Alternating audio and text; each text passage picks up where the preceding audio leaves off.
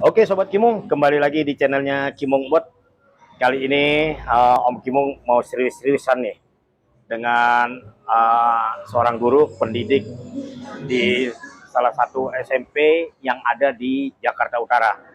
Nah, Om Kimung akan kulik-kulik apa sih profesi guru, bagaimana sih enaknya profesi guru, atau suka dukanya, atau ya banyak hal lah.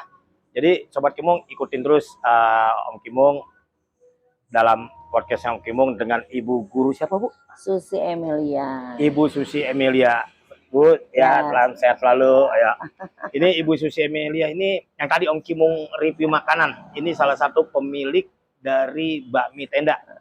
Nah, sama beliau ini juga Bu Susi ini salah satu pengajar di salah satu SMP. Nanti Om Kimung tanya.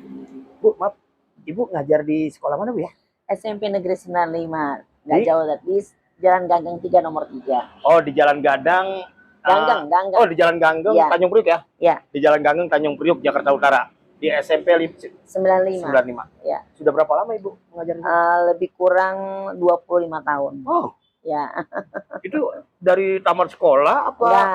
Gimana? Tetap kuliah. Saya masuk 95 tahun 1998 sampai hari ini. Waktu kerusuhan ya? Iya, benar. Terus ya udah saya masuk ke 95, kebetulan guru tata busana dulu, tata boga itu kosong. Nah, kebetulan pensiun.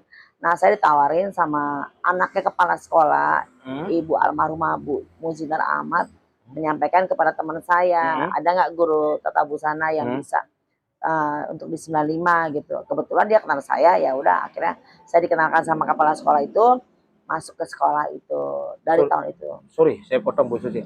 Berarti pada saat dulu itu nggak ada jalur untuk pegawai negeri atau segala macam? Oh, dulu masih honor. Jadi masuk itu benar-benar pure honor. Jadi masih bisa rekomendasi kepala sekolah atau apa gitu? Iya, karena begitu. Antar ya itu kepala sekolah yang memasukkan saya ke situ. Nah, mulai masuk ke ASN ya? Ya. Pegawai negeri kapan? Ya. Itu tahun 2013. Oh, berarti 98 ke 2013 ya? Oh, baru. Betul. Oke, Ibu kan tadi bilang dari kuliah. Kuliahnya itu memang sengaja ngambil jurusan tata busana. Pendidikan jurusan guru. Kalau dulu apa SPG ya? Iya. Atau memang apa gimana gitu, Bu? Enggak, saya memang senang yang berhubungan dengan keterampilan. Berawal dari rasa suka saya yang berhubungan dengan keterampilan.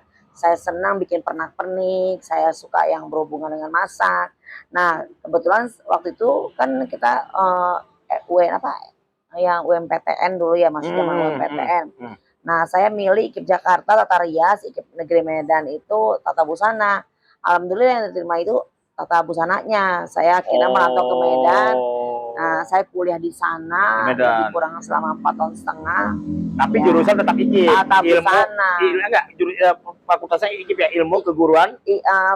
Fakultas Pendidikan Teknologi dan Kejuruan. Oh ya, juruannya baru tata busana. Jurusannya. Ya, jurusannya baru tata busana. Ya. Nah, sampai hari ini juga tetap masih tata busana? Enggak, prakarya. Tata busana udah nggak ada, tetap prakarya. Tapi sama jadi, juga kan nggak jauh beda juga. Ya, itu muter-muter di situ. Muter-muter juga. Ya. Cuman namanya sekarang prakarya. Keterampilan lebih luas. Kalau tata busana kan khusus busana gitu. Satu ya. Kalau prakarya kan cuman banyak aspek. Tapi kalau tata busana kan satu jurusan itu aja. Ya. Terus itu untuk mata pelajaran itu termasuk salah satu ini utama nggak untuk penilaian? Kalau dulu kan Om Kimung ada namanya NEM. Ada namanya dulu enggak ada. Bukan salah satu. Enggak termasuk. Enggak. Karena kan pilihan mulok ya, mata pelajaran mulok. Mulok apa tuh? Mata pelajaran maksudnya muatan lokal. Oh, tidak cara ini ya, muatan lokal. Terus dunia pendidikan nih. Kan Ibu udah cukup lama ya, berarti udah 20 tahun udah cukup lama lah. Iya 24 tahun udah cukup lama lah. Nah, menurut Ibu kan sejak kemarin ada pandemi nih, pakai online. Dunia pendidikan dulu sama sekarang ada jauh beda. Gimana Bu? Apalagi kan sekarang kan sistemnya zonasi dalam arti yang rumahnya terdekat dengan sekolah tersebut. Yang udah pasti kan belum tentu itu anak-anak pintar. Dulu kan pakai prestasi. Oh iya. Ya kan? Kalau masuk ke negeri ada UMPTN, iya, betul. ada penyeleksinya. Sekarang kan udah nggak pakai itu, jalur-jalur itu udah nggak ada gitu. Nah sekarang kan jalur zonasi, jalur prestasi cuma sedikit.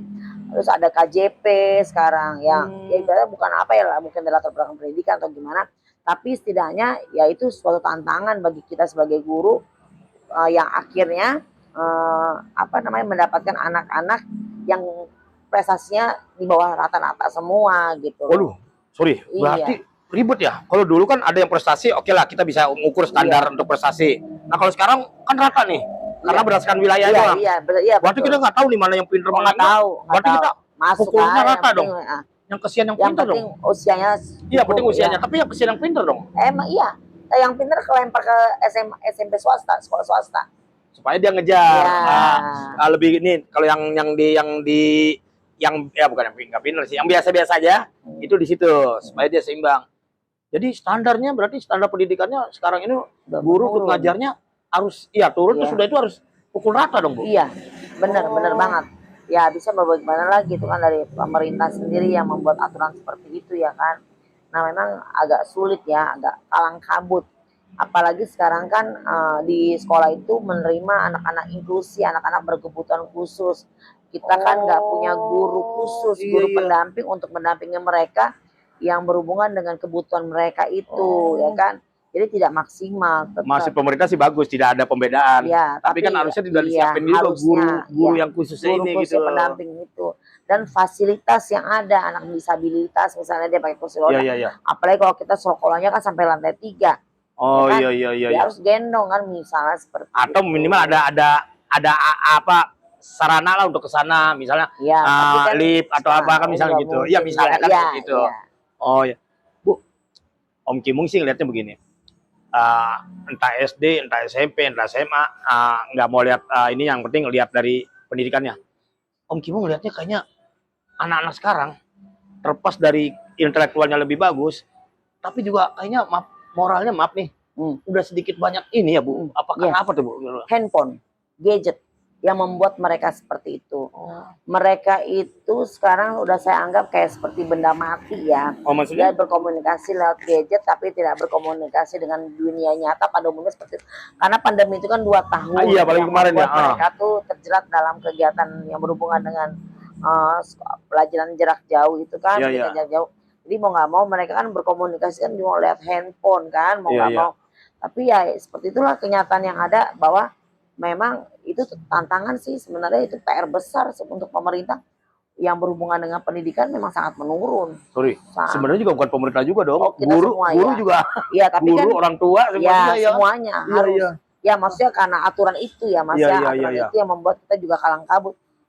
Anak-anak yang di bawah standar atau yang tadinya kita punya grade sendiri, jadi kan rata sekarang gitu, nggak bisa lagi mengukur prestasi dengan nilai angka-angka gitu semuanya. Jadi kalau termasuk umur ya, terus kemudian prestasi dia, kemudian keadaan dia, keterbatasan dia, ya udah yang penting masuk sekolah masuk negeri gitu aja.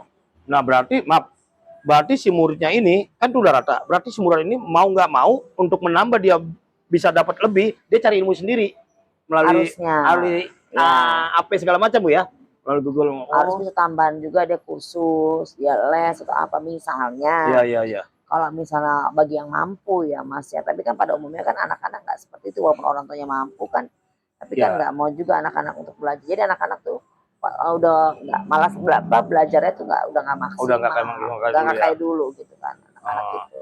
Terus harapan Ibu nih kalau udah dengan begini, apa mau dibalikin lagi kayak dulu? Harapannya ini harapan curhatan guru nih ya, ini curhatan guru. Apa mau dibalikin lagi kayak dulu? Atau yaudahlah pasrah gitu? Lebih bagus balikin seperti dulu, yang mengandalkan prestasi, peringkat, terus yang berhubungan dengan seleksi dengan UMPTN, kayak semacam UNBK begitu kan. Jadi kan udah tahu nih mana kemampuan tingkat kompetensi. Jadi kalau nilainya segini, kamu nggak akan masuk sekolah itu, sekolah favorit gitu loh kan. Jadi sekarang udah nggak ada sekolah favorit, sekolah. Termasuk perguruan tinggi juga udah ada. Oh perguruan tinggi nggak, saya belum. Belum, baru SD SMP SMA aja ya. Gitu. Tapi kalau perguruan tinggi kayaknya ada seleksinya. Ada seleksi, tetap ya itu ada. Kayaknya.